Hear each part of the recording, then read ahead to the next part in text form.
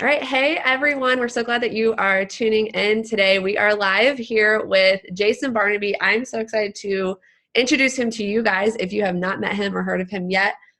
We are going to be talking today about his book called Igniting the Fire Within. You can see him, major note taker here. Wow. So I got a lot out of it, and I just really wanted to share it with you guys. And if you are watching this, because we definitely are going to be sharing this out with anyone that we can that we know will get value from it. And so I'm Natalie Lawson, and I'm one of the creators of Victorious Entrepreneurs Rising, and we help ambitious women of faith really step into their purpose to fuel their passions and create a network marketing business that they love. So we're excited to be sharing with you. And then this is Jason, of course. He is the founder and CEO of Firestarters Inc. And so I'm going to let him kind of take over right now because I want him to introduce himself to you as well.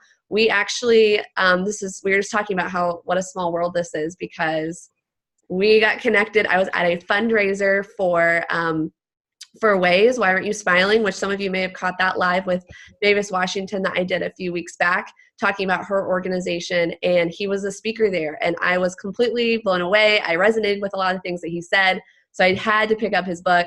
And then I asked him if, hey, I finished your book. I would love to interview you. I'd love to ask you some questions and let our audience, kind of get value from you. So I'll let you kind of take over, introduce yourself, what did you used to do? I know we also, you knew my sister and worked with her in the past. And Crazy.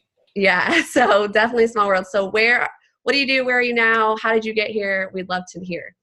Great. Thank you. Well, first of all, thank you so much. I'm kind of mind blown when I see all those notes you have on the book because I was meeting with some guys for breakfast this morning and we were just talking about how crazy it is. Like I wrote, and this is going to sound kind of nuts, right? Especially because you're a person who's read the book, but so I wrote the book really for me.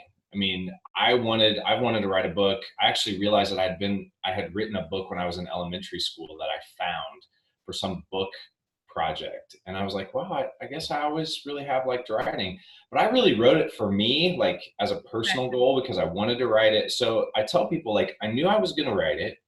I knew I was going to finish it and I knew I was going to publish it.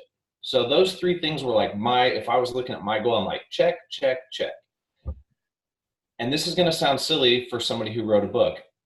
I wasn't fully expecting people to buy it and read it. And then to buy it and read it and then also take notes like you did. Yeah. So that kind of blows my mind. So the real quick story is I tell people when I do public speaking and I speak all over the country is I've lived a lot of life in the life that I've lived. So born and raised in Indianapolis, grew up on the west side, was a graduate of Pike High School when it was a way different school, much smaller than it is today. Graduated from IU, was fortunate. Some of the people tuning in today might know or have heard about an organization called IU Dance Marathon. I was very fortunate to be a founding member of IU Dance Marathon. Oh, cool. Yeah, I've heard about it. It's now the largest single donor to Riley Children's Hospital in the nation. And I joke that, next to toddlers, I think college kids are probably one of the most selfish groups of people on the planet. And the fact that they last year raised over $4.5 million for Riley is just that's amazing. Mind blowing. I was a part of a dance marathon when I was at Franklin College. So. Oh, look at that. See? Yeah, so there you go. Pioneer of it.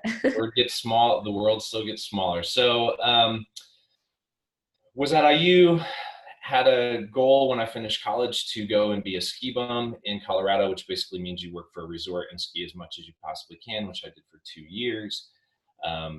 Came back to Indianapolis, wound up on a short-term mission trip where I met a translator who soon became my wife, moved to Poland, owned a coffee shop, which was a complete failure, but we did it for a year, learned a ton.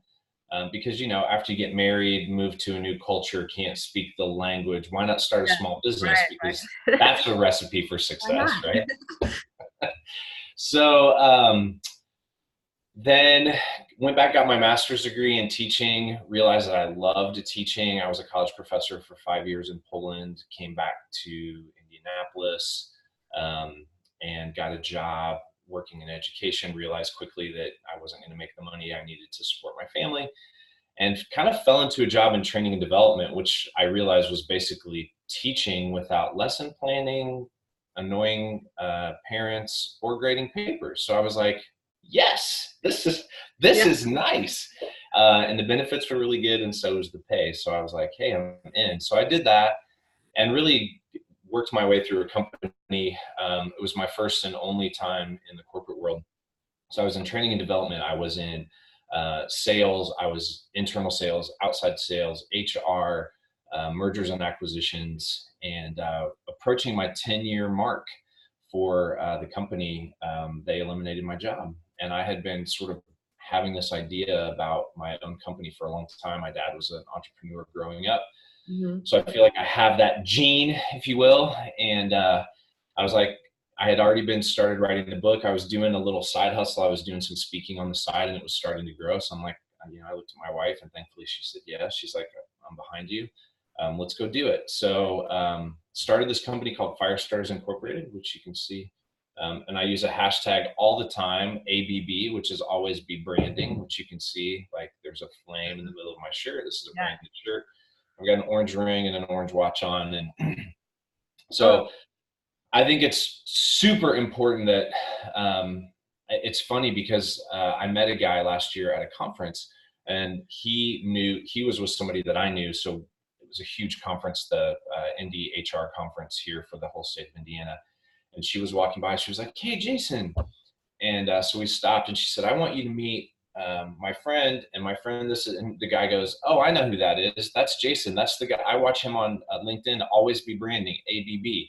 So I was like, wow, people are listening, which was kind of crazy. So I'm just a huge believer that wherever you go, to ask yourself, what's your brand? What's your brand before you get somewhere? Like if people are expecting you to be in a meeting, what's your brand when you're in the meeting? And what's your brand when they leave? In other words, what are they thinking about before you show up? How do they perceive you when you're there? And what is the impression that you leave when you walk away? Because that is huge. And I have kind of become known with people that follow me, especially on LinkedIn, as like the fire guy. Or the flame guy or whatever, always, I actually show up sometimes and people are like, where's the orange? And they kind of do a scan. And, even if I don't have, I've always got my phone with my little flame pop socket too. So, yeah, I speak and I write and I do leadership retreats for people. And I do a 5-week program with companies called 30 Days to Blaze. And that's really what I spend my days doing. I do individual coaching as well. And the mission, if you went to my website, the mission statement says, my mission is to facilitate aha moments that spark lasting change. And so for me, because you're in education, right? You know how this, like when you are a part of somebody's moment where they're like, they get it. Yep. Like, and the eyes go, and you can just see there's just an aware, like, oh, I get it. I'm telling you, for me, that's a drug. As a coach, and a teacher, that's so rewarding. We just finished like a 3-day challenge, and that's what it was, like working with our members in our group of when they're like, oh yeah. And you mentioned branding. I think that's a huge piece, because when you start out, a lot of times, especially if you're watching this in your network marketing, like a lot of times you're not really taught to brand yourself as a way. And that is really like, people are attracted to you. And so and it doesn't have to be like, I love that you said, it's not necessarily have to do with a catchy title or flashy colors or an awesome logo. It's more about who you are and how you're going to represent yourself and what you want people to know about you. Totally. And so I think that's really awesome that you share that. All right. So I have just a few things that really popped out to me from your book that I loved, and I think would be really great for people to talk about, because they're very common kind of, I think, struggles that we have, especially if anybody who's trying to start something new or they want to start something new, there's things that can hold us back. And one of the things that you really talk a lot about in here was the what if abouts, which I haven't. Oh, yeah. I've heard the what ifs, right? But I hadn't heard it talked about as a what if about. And so I really liked how you incorporated that and you had a quote that said, my mind was a landfill full of head trash. And I loved that too, because I was thinking, yep, I've totally been there. I probably let my own mindset hold me back for especially a good like 2 months, was just up and down, up and down. And I know it's something a common struggle that a lot of people deal with. So when you have these mindset issues, when you have kind of maybe this drive to do something, but you keep telling yourself, I can't, or you feel like you have imposter syndrome, or there's just so many things that can be going through your head. So can you talk a little bit about your experience with that? What are these what if abouts, and like how to kind of move through that? Yeah, absolutely. So first of all, I mentioned that I taught. So I was an English teacher. I have a master's in teaching English as a foreign language. So I've taught English for the better part of 20 plus years. And when I wrote this book, I was looking for a word that some people call them ants, automatic negative thoughts, or head trash. And it's like those were close, but it wasn't quite the thing. And I'm like, I got a master's degree in English. I've been teaching for 20 years. Like, I'll just make up a word. So I made up this word because what I think happens is that it's a combination of things, right? So anybody who's watching, think about the time that you've had a great idea, thought about this, or, ooh, I want to do that, or, oh, wouldn't this be cool? And for about, a couple of seconds, we get really excited. And then I say the what if abouts, which are like extinguishers that want to, douse your flame, come in, and they're like, well, what about this? And what about that? And a lot of times it's where you're going to get the money, or who do you think you are? Those are very common. Mm-hmm. And so they lead to other things. And it's just this gigantic, awful snowball of what about this? And what about that? Well, what if that happens? Well, if that happens, then what if this happens? And what about that? And so we keep opening doors. And what's interesting is we're opening these doors in our mind, and none of that stuff has ever happened yet. I mean, not even the first thing. But we've already gone down this line like 15 steps of all the reasons it's not going to work. And so within about a minute, because that's how quick this stuff fires off, we're like, yeah, that'll probably never work. And we're done, right? And we're just like, oh no. And so what I do often when I speak and when I travel around the country is I ask people, what are your what if abouts? And I collected some for the book as well. And here's what's interesting for me, because my what if abouts are very different, I'm sure, Natalie, than yours are, than other people who are listening. But the fact is, we all have them. Like, there's nobody who doesn't have these things. So I just started collecting some, and I like to list them off because I think there are going to be different people watching who are going to have different ones. So here are ones that I've collected that people say. I'm too old. I'm too young. I don't have enough experience. I'm too experienced. I was really surprised how much weight plays. I've had people tell me, like, you're too fat, you're too skinny. One of the big ones, and it was a big one with me, is who do you think you are? Like, what gives you the right? That's, and I like to flip those and say, well, what doesn't give me the right? What gives you the right? This didn't work before. You failed 3 times already. What makes you think this time's going to work? And those are common. And I hope more than anything, anybody who's watching and listening to this realizes that if you're somebody who's had that, please believe me, I've spoken to thousands of people, and I would tell you that they all have some form of this. You're not alone. Yeah. And it's super empowering when you wasn't the only person. So Right. And it's super empowering to realize, like, I'm not the only person who deals with, like, all these what ifs. And so I think what I found is a really powerful way to combat these. It's 2 different ways. One is to just the question of, so what? Like, I never published a book before. So what? Like, what's the worst thing that could happen? I publish it and nobody reads it. So what? I wrote a book. Mm-hmm. Have you written a book? Like, like, I'm not saying you, but like people, like anybody, like, don't criticize me if you, like, you haven't even written a book and you're going to tell me that I can't write one. And I think it was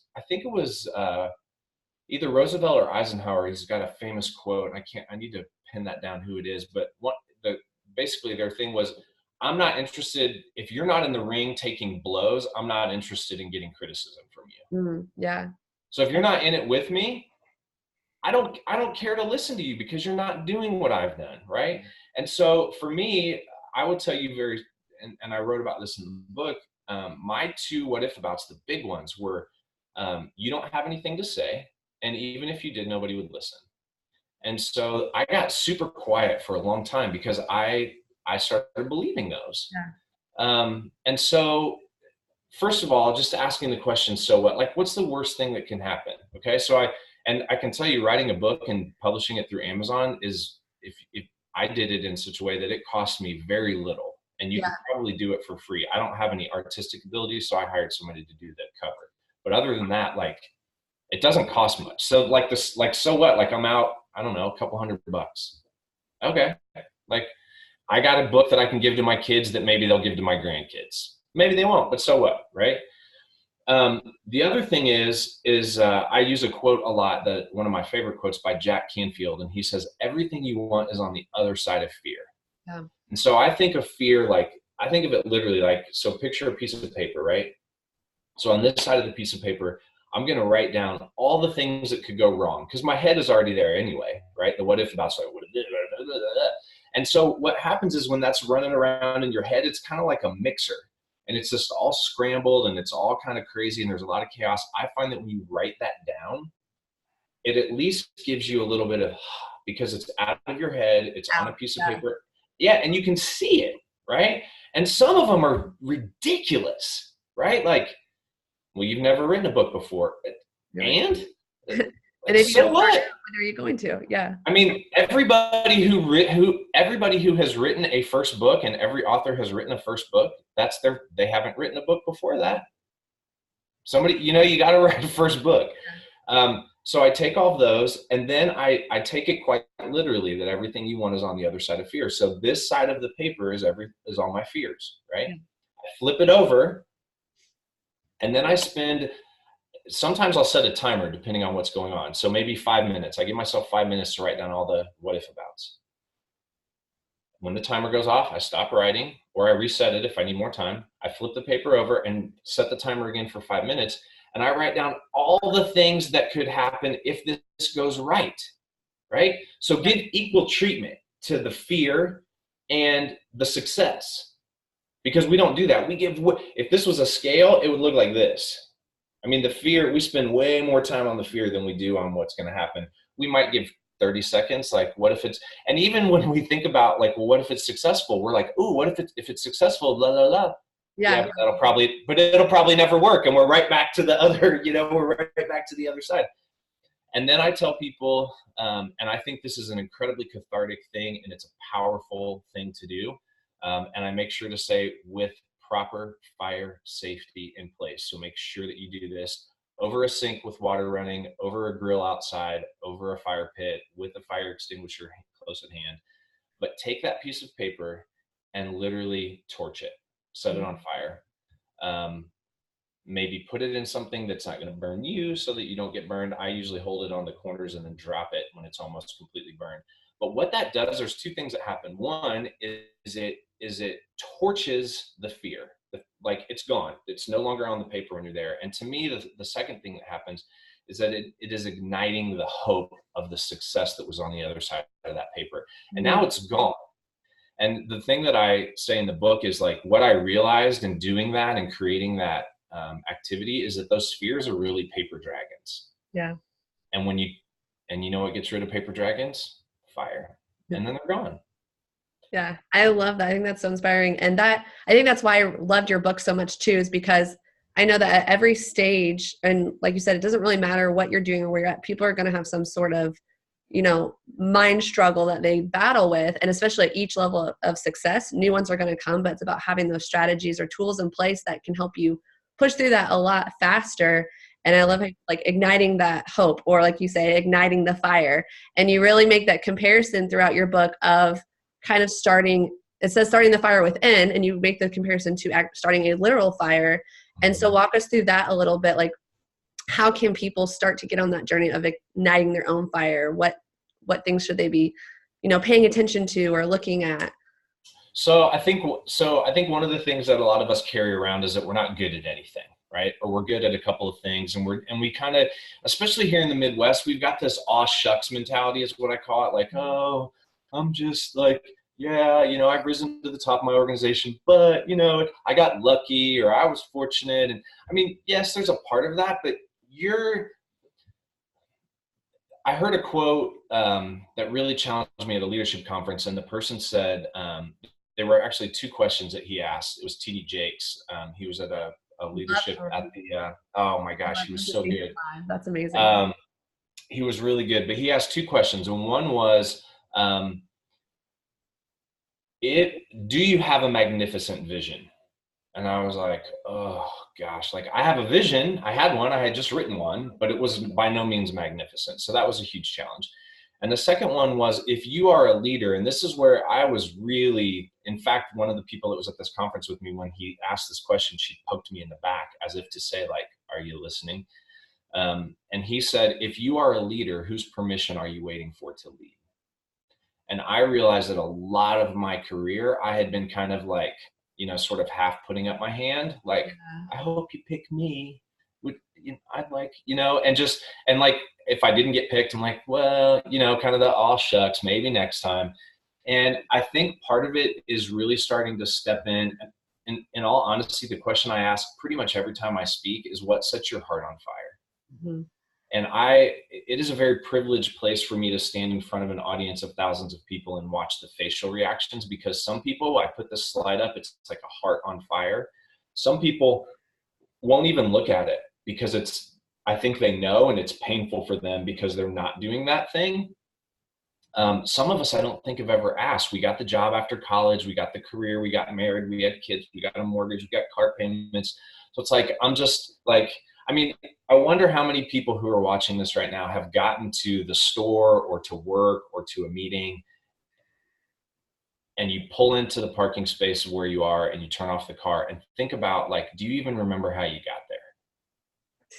I've done that several times. I remember, I remember pulling into my corporate garage and turning off my car, and it was about a 25 to 30-minute drive. And I'm like, I have no recollection of anything that I've just done in the last 30 minutes. 30 minutes of my life that are just like, I'm just like on autopilot, just.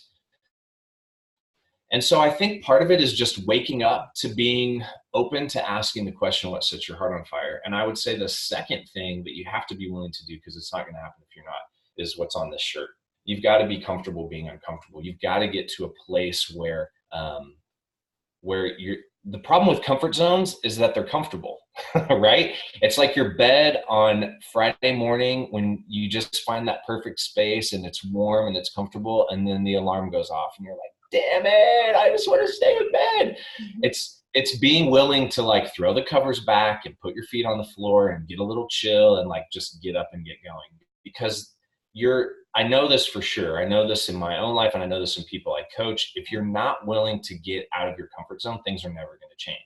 I think that's why Einstein said, insanity is doing the same thing over and over and expecting different results. I know that there are people who are watching this right now who have been doing the same thing year after year and wondering, like, why isn't my life changing? Yep.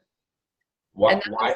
Yeah. Yeah. I can relate. And I think you saw the post the other day. Like, I was in a place where I felt unfulfilled and like, okay, I've done this, I've done everything, but you just feel like, I feel like each of us, we all have our own unique strengths and gifts that we can be using. And if you just, like you said, going through autopilot or just going through the motions, but nothing's changing, or you're not impacting as much as you know you could be, like, then something needs to change. And if you're not feeling fulfilled with what you're doing, doesn't mean you have to necessarily quit what you're doing, but can you add something in place, or like on the side of that? Like for me, it was starting my own business.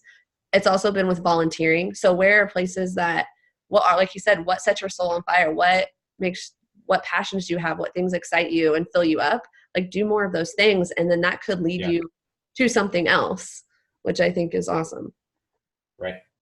Yeah. And I think, so, asking yourself that question first and foremost, being open to the response, because a lot of times what's going to come is not what you're currently doing. And that might be okay with you. And if it is, that's fine. Like you're saying, it doesn't mean that I have to ask myself this question then, like, all right, I'm marching into the office tomorrow and I'm quitting and I'm taking my most prized possessions and I'm out. I have no idea what the hell I'm going to do, but it doesn't need to be that. I mean, for some people that is a catalyst type moment that's going to really light their fire and get them going. Most of us are not going to do that. So you ask yourself that question. The other thing, and I have a activity that I use, I call it, and I'll just explain it, but I'll send it to anybody that's watching that wants it. It's called 5x5+1. And it's a feedback activity. So basically what you do is you choose 5 people who are in your tribe, your circle, your network. They can be whoever you want. I tell people, if you've got older children and you really want some truth to come back to you, ask your kids. Because man, kids will tell you stuff that you don't expect. And we don't typically ask our kids for feedback. So they look at it as, sweet, I got an opportunity to give some feedback. But ask them for 5 words that describe you. 4 of those words are things that you do well, along with some context. So if they say you're patient or you're hardworking or you're diligent or whatever, ask them for an example or how they've seen that. And then the 5th word is something that you don't do so well that you could improve upon. And then you also do that same activity for yourself while you're waiting for the feedback from your tribe. You do it for you. So you should be done first. And then when you get all that back, you've got 30 words, 24 of them are things that you do well. 6 of them are things that you can improve upon. And let's face it, we can all improve upon things. And some of us are going to be like, oh, look, I suck. There's six words of things. Yeah, but you've got 24 over in this column of things that you do well. And there's a whole process of what I have people do once they get that list back. But the point is, you're good at something that somebody else isn't good at. You have unique gifts and talents and abilities, and that's what I call your ember. And what is that thing that you're doing to fan that into a flame? Because some of us, it's just kind of, it throws off a little smoke, like a fire that's dying, right? It's like, there's a little something from time to time, but it's not roaring. And what we need to do is put fuel on that. We need to tend to it. We need to pay attention to it. And so I'd say that that's the next step. And then the next one is really making sure that you have the right people around you. And I can tell you that in my business, especially leaving a corporate job of almost 10 years, that was really my life and my identity. I didn't realize how much I had wrapped up in that. I started that journey a little bit before I lost my job. So I was a little ahead of the curve. But so many of us, like, who we are is our business card, right? And the title that's under our name. And I had so much of my identity wrapped up in that. And I was embarrassed of that, in all honesty, like when I finally realized that. So I think making sure that you've got people around you, because as I stepped out on my own, I was terrified. I mean, what if this, the what if bouts, what if this fails? What if I can't pay the mortgage? What if? And here's the reality. I could always go get a job, right? Like I could have gone and gotten a job the next day after my job was eliminated. But this was the thing I really felt burning, that ember in me that I really felt like I should be doing. So that's what I went and did. And I think having the right people around you is key. And I also have in the part of the book, towards the end, there's the beginning of the tribal inventory. But I have a tool that can take you through just finding out who you've got in your tribe, and are they the right people, and are they in the right seats? Okay, that's awesome. Yeah, so if you guys are getting a lot of value out of this, definitely give us that fire emoji. We'd love to see it. Put your takeaways that you're getting out of this. I mean, Jason's just, I know, pouring his heart into this, and I'm so appreciative. You made me think too, like, your tribe is definitely so important. You'll have to meet my husband, Skylar, sometime. So we kind of were on that same stage where he was just wasn't creatively satisfied where he was. And he had this dream, this ember of being a filmmaker. And so we said, all right, let's go for it. And I, fortunately this is why I had heard before. We have another friend, I should connect you with him too, but he lost his job like out of the blue. And if his wife had not started her own side business, he would have had to either go get another job or, wasn't sure what they would have done financially because she was a stay-at-home mom. So I just think I think it's so important to always have that kind of plan B or something, because you don't know what could happen in your life. But also if you have that dream or that desire, I think it's so important. Why not? Why not try it? And we did that with Skylar 3 years ago. And we said, all right, let's quit your job. And if Wow. it doesn't work, go get another job. Like, you can go get a job and not worry about it, but why not try it? And so, and he's going to LA next week to screen his first film. So That's so yeah. cool. So it's just Wow. been a journey, but I think allow yourself through that journey because things won't come right away. And I think we want that instant gratification, Oh but yeah. be willing to learn and to just, I have to remind myself all the time, enjoy the process and just keep learning, keep growing. And, when those things try and get in your way, I think another big thing I just wanted to touch on was the comparison trap people fall in. So they get Oh, started, but then they start looking at everybody else who is already like, seems 10 miles ahead of them. And you feel like you can never catch up. But the thing is, you'd never know where someone is out on their journey and how long it actually maybe took them or what they've had to do to get there. And so you talk about that, I think, too, in the book of not letting other people and that comparison really stop you. And so what is also maybe a tool you have for that, or what can you say to that person who's there right now saying, oh my gosh, like you're doing this, you've written a book already, I haven't even started, right? Or this person's, doing this, I've always wanted to, but like, I just don't think I can because they're, they have this awesome personality. So what would you say to that person? so I would say it has to be aligned with who you are, right? Like there are people who want to write a book who hate to write. So guess what? You're probably not going to write a book, right? But you might be somebody who can do some illustrations or some paintings or something that I could never do because I don't have those skills, right? So make sure that it's aligned with where you are, and you may need to just be like, well, that's an unrealistic thing for me because hate, I mean, I hated English. I never liked to write. So, but on the flip side, there are things out there that if I'm using the book all the time, but if you want to write a book, try to write an introduction and see what happens. That's what started my fire to write this book. I wasn't planning to do that. I went to a workshop and the lady said, write an introduction and see if there's anything there.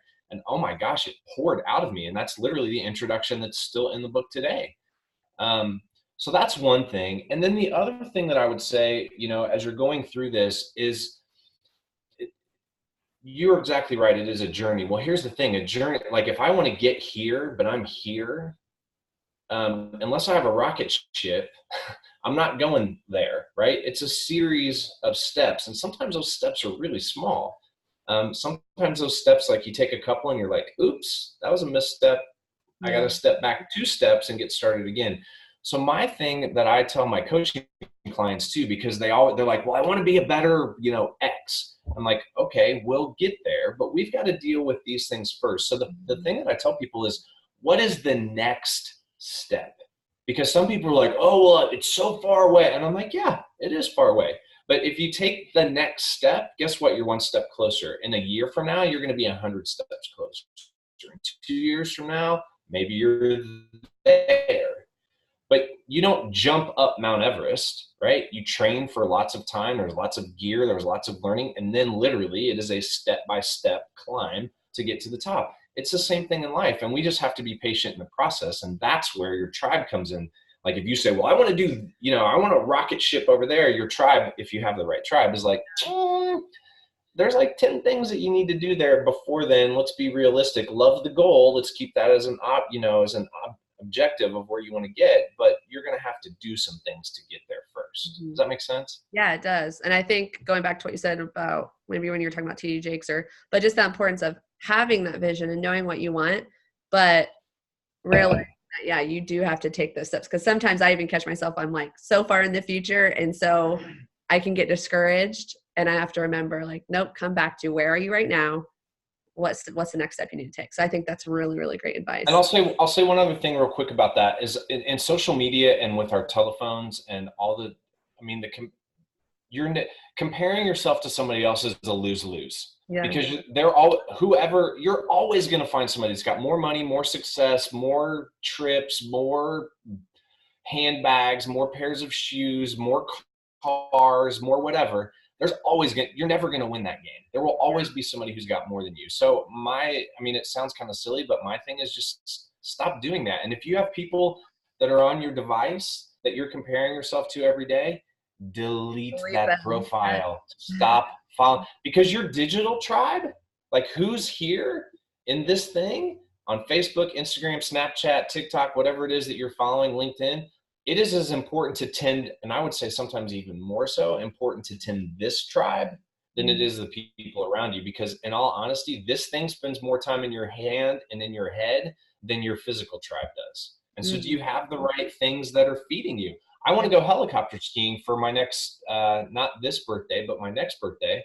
And so my Instagram feed is full of people going helicopter skiing because I want to see that every time I look in there, because that's a goal for me. And it's a reminder, put money away, get in shape, like do the things that you need to do. That's what it's there for.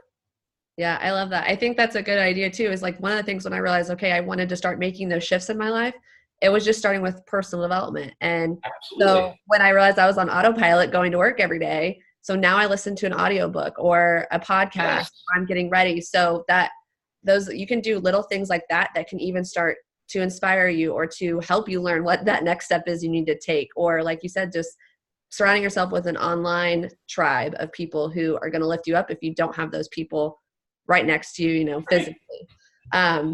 So we'll definitely make sure, if even if you want it, if it's just personal development, you know, you're like, I need to get started with that. Definitely this book is amazing to get started with. So we'll make sure you have the link to be able to easily access that.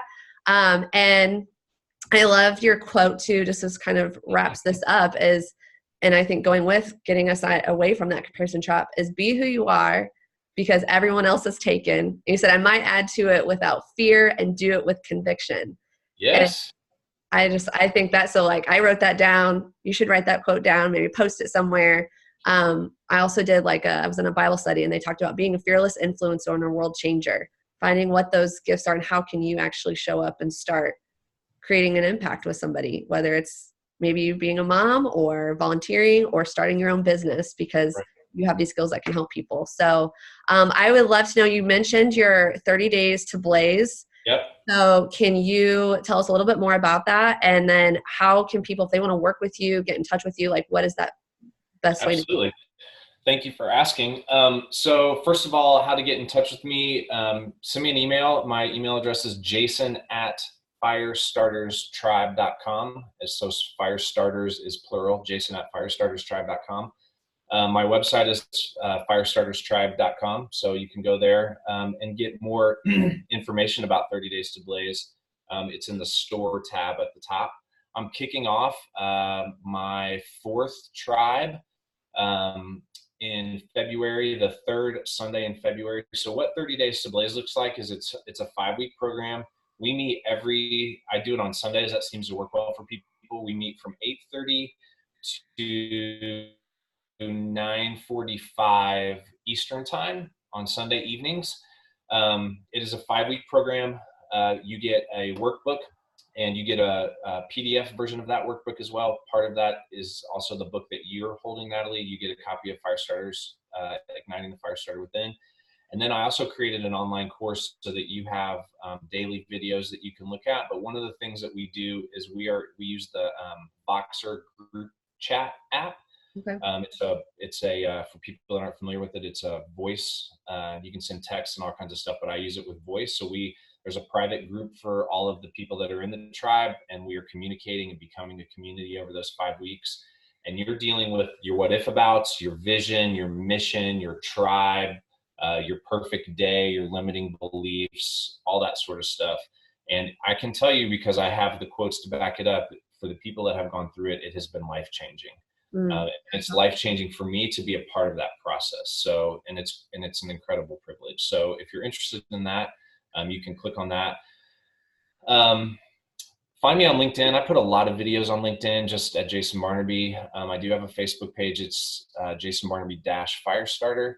And you can find me on Instagram at Firestarters Tribe. And I also have a weekly, I don't know if I told you about that, Natalie, or not, but I do 3 emails a week. I call them Tribe Vibe emails. So I send out a Monday morning motivation, a hump day hack, and a Friday freestyle. I tell people they're about 1.5 phone screens long. I basically write them to myself and send them to about 1,000 people around the world. And it's more just of a thing for me to do 3 times a week to put a check on myself. But I find that it also is adding value to people. So that's been pretty fun. And you said, and so if they how they get into that email sequence, or like when you send those So stuff? if you go to my website, firestarterstribe.com, there's a down at the bottom of the first page, when you log on to the website, it says join the tribe, and you just put your email in. And I do promise people, and this is a true promise, I will never spam you. I hate signing up for those things and you get like 20 sales emails in an hour. I will tell you about like early bird stuff for 30 days to blaze, or if I have something that's coming up, or if you want to see me speak or whatever, but I'm not going to send you 30, I'm not going to send you 3 sales emails. It Yeah. just doesn't happen. That's not why this list exists. It exists to inspire me, but also to communicate with you about what I'm doing and be on that journey with me. Yeah, I love that. Awesome. Thank you so much Thank you. for just, This was yeah. great. No, yeah, I loved it. I had so much fun. And I think everyone's going to get a ton out of this. So hopefully you guys can definitely touch base with Jason. This is the last quote I want to share, and I actually shared it the other day too, but your current reality does not need to be your future reality. And Jason said that. And so wherever you are right now, if you're like, you've been stuck in that comfort zone, that you're that mediocre lifestyle, and you're like, I know I'm meant for more, I can do more, you can have more, you can be more. So, find those people, find that tribe, reach out to Jason. If you're looking for a side hustle, like reach out to me and see what is it that you can do. But I know Jason's definitely one that can help you find like, what is that passion you have? How can you use that? What can you do with it? And so I hope that you take a step today, whether it's just getting the book or reaching out. And so we'd love to hear your takeaways and more from you. And thanks so much for sharing this out with your friends if you got a lot of value with that as well. And we hope you guys have an awesome rest of your week. Thanks so much. Thank you.